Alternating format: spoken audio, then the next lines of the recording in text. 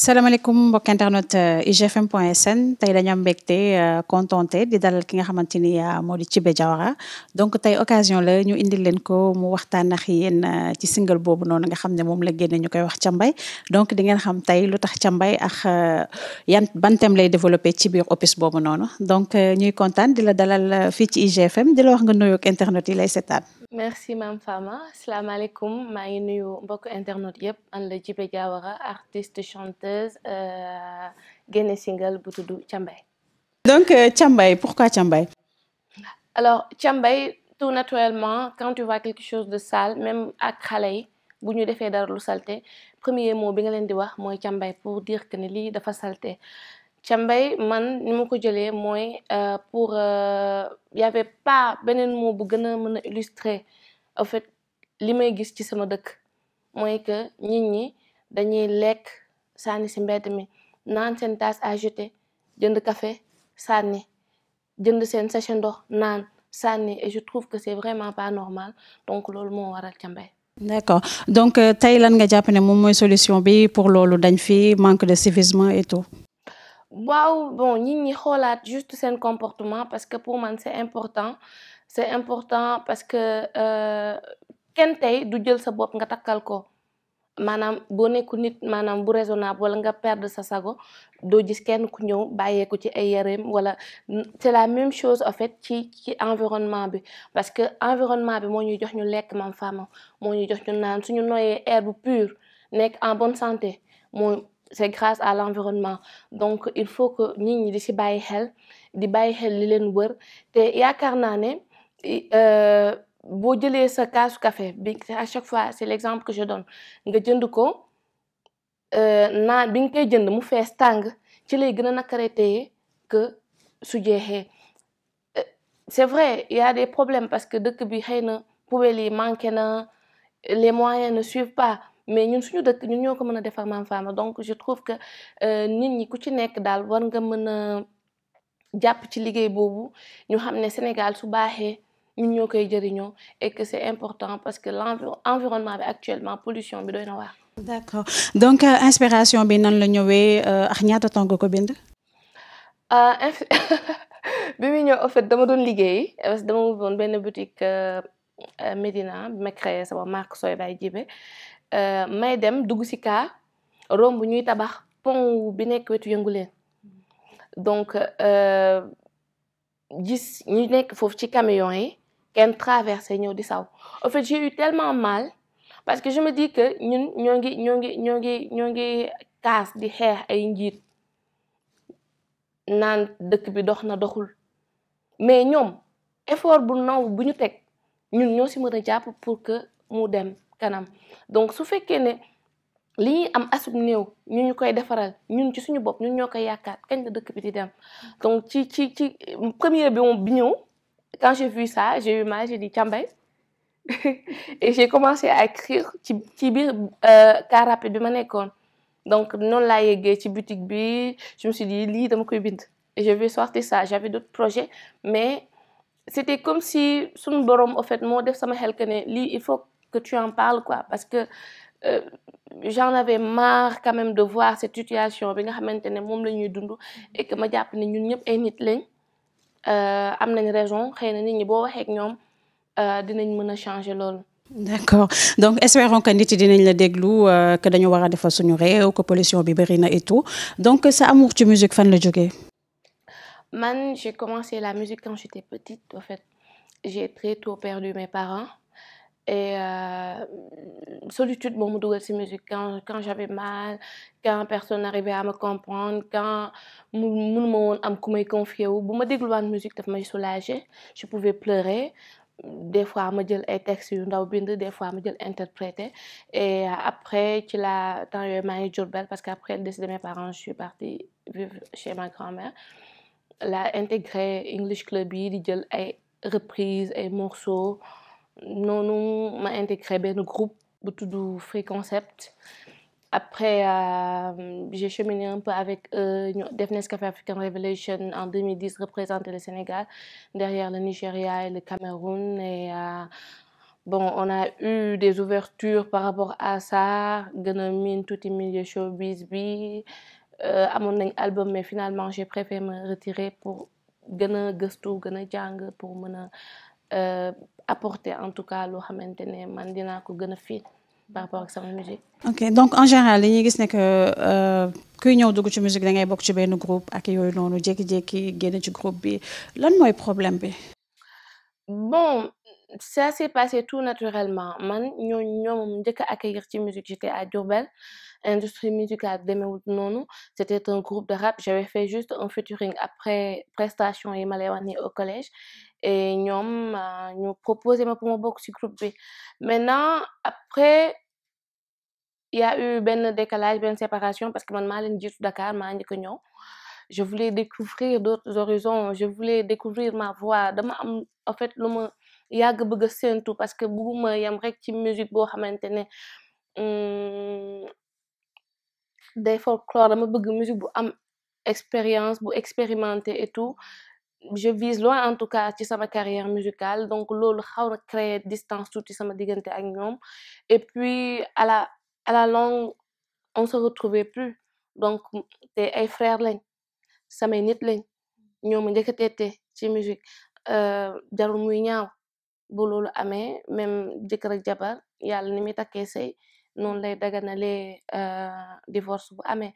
c'était ça et la solution c'était qu'on se sépare ñu def seen wéy ma def sama wéy. d'accord donc nga tracé sa route dekk di def carrière solo ban style de musique ngay def.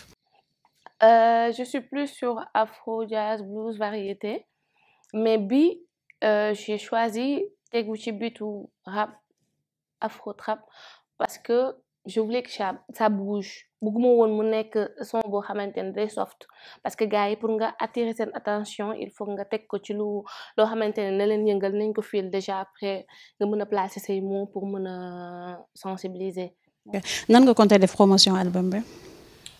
single bi du moins.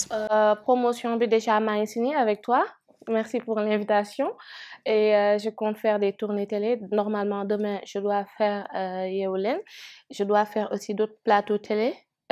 ci semaine bi ak semaine yi ñëw aussi j'ai un projet qui accompagne le single j'ai déjà fait les démarches au niveau du ministère de l'Environnement ak la ville de Dakar j'attends qu'ils me reviennent par rapport à ça. Aussi des prestations yoo xamante ne ce sera des approches artistiques yu ma bëgg a ànd ak samay moom artistes comédiens graffeurs et autres loolu yëpp ci biir projet bi la nekk pour vraiment gën a ubbi projet bi gën ko yaatal ñëpp mën ci jot. lan mooy projet bi en fait. projet bi c'est des séries d'ateliers de panels de sensibilisation des flash mobs surtout aussi des visites au niveau des écoles. parce que dama jàpp ne xale yi c'est important parce que li ñuy gis ci mag yi loolu la ñuy copier mag ñi peut-être mën nañ dëgër bopp mais xale yi boo leen teelee inculper yenn valeurs yi mën nañ màggale ak moom et dinañ am espoir que ne loolu dina mën a changer donc c'est surtout ça. ok da nga nekk ci benn label wala autoproduction ngay def. autoproduction pour le moment quand même produit bi maa ngi sant yàlla plein de gens sont venus pour épauler ma. Très franchement et maa ngi sant bu baax ci loolu parce que awma seen fay mënoon naa si wéet mais gars yi jàppale nañ ma ci bu baax waa Pixan production mon ami Abbas pour la vidéo groupe Chacha y a Izzy y a beaucoup de gens en tout cas Djibi Ndoye mu ngi ci kër gi fii moo def montage dama ko sonal ngi ne ma lii li mu doon donc y a plein de gens yoo xamante ne en tout cas ñu ngi ciy jàpp ci promotion bi di jë baara bu ñuul Top FM voilà quoi nit ñi daal en tout cas ñu ngi ciy jàpp quand même. donc est-ce facile de faire de la musique puisque autoproduction ngay def te xam nañ ne que musique dafa am coût. yombul c'est pas facile mais nag gëm-gëm moo la ciy bàyyi parce que metti woon na sérieusement des fois tu te posais des questions mais à la fin tu te rends compte que ne li ñuy wax rek app lu jot yomb sunu borom xëy na dina la teg ay nattu di nga am fooy jaar mais loolu yëpp day lay forger la ba tax ëllëg boo génnee di nga mën a xam ni ngay présenter nit ñi man noonu laa ko jàppee analyse boobu laa def tey parce que très franchement nii jafewul trop ni mu doon méttee donc sant yàlla c'est pas du loo xamante ne dafa yomb mais quand même miin nañ tuuti routine bi et que ñoo ngi dox on avance on évolue donc voilà. comme ni nga ko waxee dara xëyu sotti et tout au début lan moo gënoon difficile en fait. li gënoon difficile mooy gis ñi la gëm ñoo xamante ne di nga mën a wax ak ñoom ci langage bu sérieux ñu déglu la. Surtout sa li ñuy wax nul n'est prophète chez toi sa kër lay njëkkee den taay da ngay commencé woy bu ñu sonal sa baat bi donc ci loolu ngay xam ne yow da nga war a jàng da nga war a dem découvrir sa voix da nga war a def ay efforts pour que nit ñi respecter la à travers li ngay def et je pense que c'était le plus difficile te loolu ba tey jeexul ñoo ngi ci combat bi ñoo ngi gëstu ba tey ñoo ngi évoluer ñoo ngi am ay soucis ñoo ngi braver pour mën a jàll ci leneen. D'accord donc boo nekkee jigéen du yomb ci milieu bu mu mënti nekk et tout tey yaa ngi nekk artiste bëgg nga génne ay album bëgg sori ci li nga xamante ne mooy li ngay def carrière donc bi nga débuté à maintenant est-ce que amul ay propositions indécentes yoo xamante ne nit yi ñu ngi la koy def pour buñ la nar a defaree lii nga am lii parce que du yomb tout le temps boo nekkee jigéen. waaw loolu mënut a ñàkk mais da nga koy gérer parce que ay nit lañ. te comme j'ai dit jaar-jaar dafay forger doomu aadama day tax nga xam yow yaay kan et que même bu dul loolu je te l'ai dit tout à l'heure man à bas âge ci la commencé découvrir yenn problème de la vie parce que j'ai très tôt perdu mes parents comme je te l'ai dit tout à l'heure et que ñëpp xam nañ waajur ni muy nekkee ndëgër laay ci doomu aadama boo nekkee jigéen donc man loolu bon c'est des soucis que je minimise en tout cas que ma ko proposer ça me va pas j'essaie de passer à autre chose c'est simple comme un bonjour affaire yi moom da ngay wax jox la nit ki day wax jox la nga wax delloo ko voilà c'est aussi simple que ça. D'accord lan ngay def en dehors de la musique. Je fais de la couture. dama créer benn marque bu mu tuddee Soy by Djibé parce que à un moment je ne pouvais plus suivre le rythme des entreprises ñi nga xamante ne jot naa fa liggéey comme groupe Chacha et parce que musique damay bu ñu joxee yenn responsabilités yi bëggoo ko mettre en rade da ngay bëgg à chaque fois di respecter sa liggéey donc moo tax bi ma demee ba nga xamante ne xam naa ne daal musique moom laa bëgg a def carrément. J'ai préféré à travers expérience ma am foofu parce que mode aussi dafa nekk loo xamante ne dama ko bëgg